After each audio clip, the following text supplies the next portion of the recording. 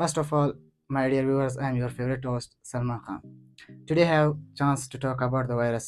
Viewers, आज हमारे पास एक मेन और ज़रूरी टॉपिक है जो वायरस के बारे में। वायरस वायरस का लफ्ज़ अगर हम हिस्ट्री देखें, वायरस का लफ्ज़ सबसे पहले एक साइंसदान था, कार्लस चैम्बरलेन, जिसने एक टिश्यू पेपर इंट्रोड्यूस किया। वो टिश्यू पेपर सिर्फ बैक्टीरिया के लिए था। उसके बाद ये टिश्यू पेपर एक और साइंसदान था इवानोस्की, इसका नाम इवानोस्की था। उसने ये टिश्यू पेपर एक टोबैको मोज़ेक डिजीज़ था, जो प्लांट पर मौजूद था। प्लांट पर ये डिजीज़ मौजूद था। एवं उसने ये ट्राई किया कि ये डिजीज़ हमें चेक करना चाहिए कि ये बैक्टीरिया की वजह से है या कोई और दूसरा एजेंट है।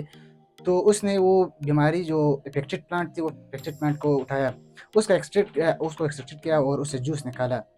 जब उसे जूस निकाला, उसको फ़िल्टर पेपर से थ्रो आउट किया। जब फ़िल्टर पेपर से थ्रो आउट किया तो उस पे कुछ चीज़ें बाकी रही थी उधर फ़िल्टर पेपर में, और कुछ चीज़ें बाहर निकल गई। जब उसने वो जूस वापस वही टोबैको प्लांट पे लगाया था, तो तब उसने वो जो जूस लगाया था, वो जूस ने फिर वही प्लांट को इफ़ेक्ट किया।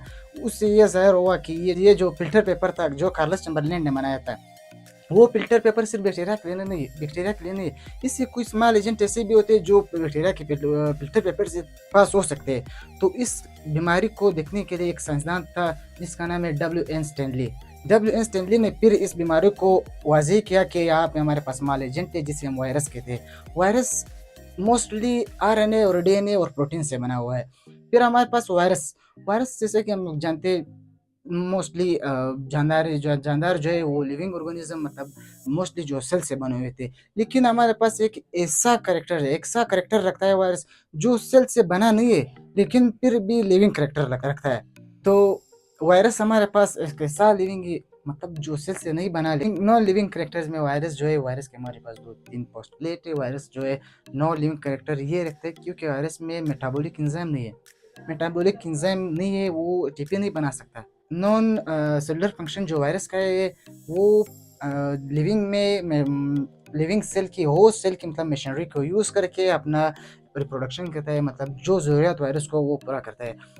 तो हमारे पास वायरस के कुछ लिविंग कैरेक्टर्स है। हम वायरस को कब लिविंग पुकार सकते हैं? अपन हमारे पास जो है लिविंग कैरेक्टर में सबसे पहले वायरस में ये जेनेटिक मटेरियल्स में मौजूद रहते हैं वायरस में। और वही जेनेटिक में हमारे पास दूसरा पॉस्टुलेट है, वो जेनेटिक में उसके म्यूटेशन भी होता है।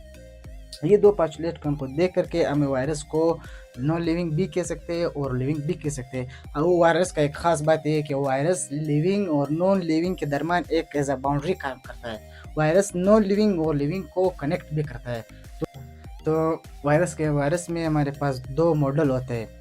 मॉडल में हमारे पास एक सिर्फ उसका कोर प्रोटीन और उसका कोट लगा हुआ होता है, एक एन्वेलप होता है जिसके ऊपर उसका प्लाज्मा मेम्ब्रेन हम कह सकते हैं, प्लाज्मा मेम्ब्रेन मौजूद होता है। जो प्लाज्मा मेम्ब्रेन वो वायरस को होस्ट सेल से लेता है। और कुछ ऐसे होते हैं जिस पे प्लाज्मा मेम्ब्रेन नहीं होता है, प्लाज्मा मेम्ब्रेन लेस होते हैं, जिस सिर्फ कोर और कोट पे सिर्फ मुश्तमिल होता है। मॉडल की बुनियाद पर हमारे पास एक वायरस है जिसको हम एड्स पुकारते हैं, जो HIV वायरस हम पुकारते हैं, जो एड्स बीमारी को काज करती है। मतलब HIV का जो प्रोनाउंसिएशन है ह्यूमन इम्यूनो डिफिशिएंसी वायरस, जो काज करती है एड्स को। एड्स में फिर हमारे पास है, एड्स का एब्रिविएशन में हमारे पास है एक्वायर्ड इम्यूनो डिफिशिएंसी सिंड्रोम। तो अगर हम इसकी हिस्ट्री बयान करें तो ये सबसे पहले अफ्रीका में एक रिलेशनशिप था, एक चिंपैंजी, जो कि हम मोंकी के नाम से भी पुकार सकते हैं, एक चिंपैंजी और एक ह्यूमन, मतलब हम फीमेल या मेल भी दोनों में रख सकते हैं। फीमेल और मेल की रिलेशनशिप जो बहुत हद से बढ़ गए, तो इससे हमारे पास ये एड्स का हुआ।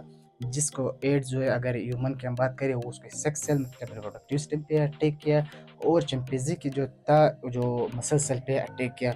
इसलिए एड्स जो है ह्यूमन सेल पे मोर इफेक्टिव है। अगर हम देख के ज़्यादातर वक्त इसका इलाज नहीं हो सकता है, अगर हम इसको ज़्यादातर देर तक छोड़ दें, तो there is least possibility to treat the HIV because of, क्योंकि वायरस जो है, एड्स वायरस जो है, वो अगर हम ये डब्ल्यू बेसिस पे अटैक करते हैं, ये डब्ल्यू बेसिस का मेम्ब्रेन मशीनरी यूज़ करके उसका मेम्ब्रेन उसे लेता है डब्ल्यू बेसिस से। अगर हम इसका इलाज देखें, तो अगर हम डब्ल्यू बेसिस का, मतलब इसका ट्रीटमेंट करें, तो ये अगर उसका ट्रीटमेंट के लिहाज से देखें तो ये हमें डब्ल्यूबीसीज़ को सारे ख़त्म करने होंगे। क्यों? क्योंकि एचआईवी के ऊपर जो मेम्ब्रेन लगा होता है वो डब्ल्यूबीसीज़ से वो लेते हैं, या ज़ाओस से वो डब्ल्यूबीसीज़ का अपना मेम्ब्रेन लेते हैं। इसलिए इसका ट्रीटमेंट जो है एटलीस्ट नहीं होता। तो हमारे पास ये तो सारे हो गए वायरस के कैरेक्टर्स। अब हमारे पास एक कैरेक्टर्स है कि वायरस फैलते कैसे। वायरस में हमारे पास मुख्तलिफ़ किस्म के वजूहात है कि किस वजह से फैलते हैं। हमारे पास सबसे पहले अगर हम इसके देखें, वायरस माउथ माउथ कॉन्टैक्ट मतलब डायरेक्ट कॉन्टैक्ट से भी पेश हो सकते हैं, सेक्सुअल कॉन्टैक्ट से भी पेश हो सकते हैं, मतलब सेक्सुअल फ्लूइड से भी पेल हो सकते हैं। अगर हम बात करें अगर माँ की ब्रेस्ट की, मतलब जो ब्रेस्ट से भी मतलब वो पेश हो सकते हैं। आरबीसीज मतलब ब्लड, अगर कोई अमाम वाला ब्लड को एक रेज़र यूज़ करे, अगर उस पे कोई ब्लड का अगर कोई भी कतरा था तो उसे भी वायरस बआसानी पेश सकता है। तो व्यूअर्स, ये था हमारा एक शॉर्ट का टॉपिक। अगर आपको अच्छा लगा मेरे चैनल को सब्सक्राइब करें और बेल आइकन बनाएं।